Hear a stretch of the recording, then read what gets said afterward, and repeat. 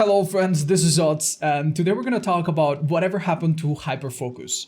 Hyperfocus is a perk that rewards players for hitting consecutive great skill checks, the difficult ones, and it makes the skill checks happen more and more frequently, and even though they are harder and harder to hit as it increases in power, they also give more and more bonus progress. This can make healing a little bit faster, but more importantly, it can make gens a lot faster. And back when this perk was released, we had some really good conditions to make it seem even more powerful than it actually was.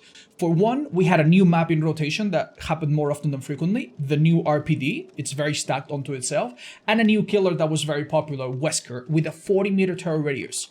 This meant that if you pair Stakeout with Hyperfocus, Stakeout would constantly be recharging almost all the time its tokens, since you're in the terror radius almost all the time, and make Hyperfocus skill checks very easy to hit, which made the perk very reliable. But after this came and went, now the perk doesn't see a lot of usage. Is it because it's bad? Is it that people don't know how to use it? Let's get into why I think this perk is not so popular. Alright, so check this out. It's a clip of me playing Solo Survivor. I sit on this gen, and from start to finish, it takes me 66 seconds to repair, which is really fast. Now, I estimate, it's impossible to know for sure, but I estimate that if I didn't have any perks, it would have taken me around 83, 84 seconds. So these two perks save about 15 to 20 seconds, which is really good. Don't get me wrong. But let's see where we save that time. In the second half of the gen, I got a lot of skill checks, and that was the part that really saved the time. But in the first half, I actually got really unlucky. I only got like one skill check for a very long time. And this is a problem. This is not a perk that rewards people for being very good at hitting skill checks and encourages them to run medkits and balance build. No. If you get unlucky RNG with skill checks, this perk will do almost nothing. And so the only way to fight this fact is by running a toolbox. With a toolbox, you do gens even faster, but more importantly, it gives you more skill checks chance per second. And that is what makes Hyperfocus so good. You're running with a toolbox, you get 3 or 4 skill checks very early on, and then you blast through the rest of the gen. So Hyperfocus right now works as a toolbox enabler and a toolbox enhancer, which I think is a problem because toolboxes already are very strong, and you want to give people an alternative to that rather than a complementing perk to that end. But anyway, in this match, I ended up being unhooked, I was being healed, killer interrupted me, and I was picked up and I died. I would have much preferred to run off the record or some other perk like decisive, anything at all to keep me alive instead of saving those 15 seconds, which in the end meant absolutely nothing. Another problem. Another example, let's go to this Midwich game. I spawn in, I do a gen with co-oping partner. It takes me 40 seconds to do a gen, which is insane for 2 people without proof thyself. So that's really good. Then I go to another gen by myself. I'm not interrupted. I do a gen again in about 66 seconds, which is super fast. I'm doing super good.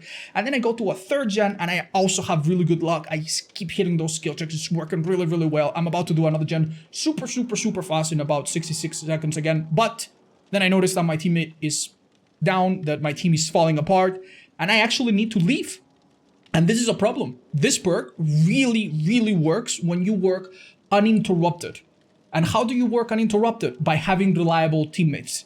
If you can stay on a gen with your survivor friends telling you, oh yeah, I'm going for the rescue, oh yeah, I'm doing good, I'm not going down, then this perk really begins to shine. But if you're playing solo and your team's not giving you information and your team is falling everywhere, left and right around you, you will have to get off gens, and then the perk loses a lot of value. Later on, I tried to take hits for people so they wouldn't go down. Everyone ended up on the ground, and the killer, who was running no slowdown whatsoever, just destroyed us. I would have much preferred to do gens a bit slower and maybe have Unbreakable or have some other second chance perk to help me come out of this situation.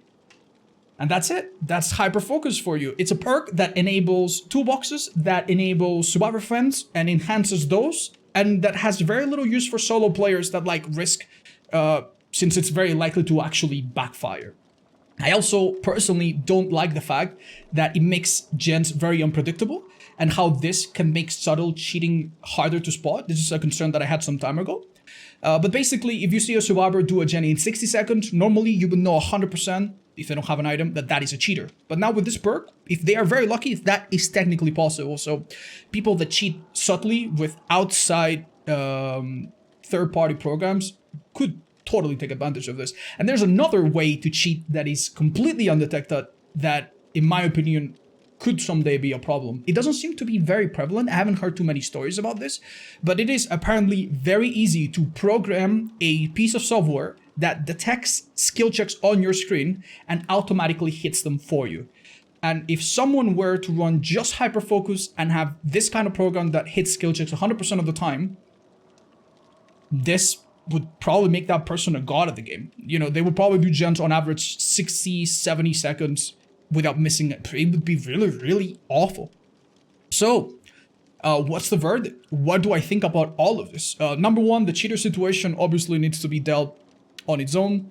Number two, the automatic skill check hitters.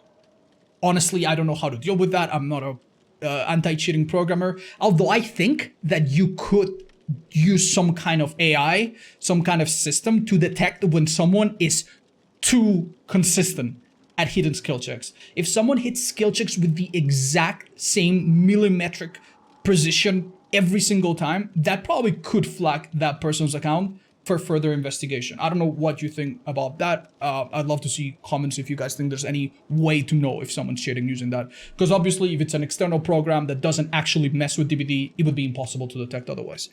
As for what I think about Hyperfocus, it makes me sad. It makes me sad that solo players and the people without toolboxes can use it as well.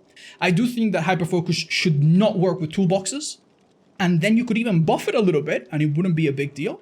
And I also think that if solo players had more ways to have information, you know, some people have suggested base kit, kindred, blah, blah, blah, then this perk could also be useful for them. They could even use Fogwise to know where the killer is. I do think that Hyperfocus can be good for the game, maybe if the toolbox thing is addressed and if the cheater situation is not a big deal.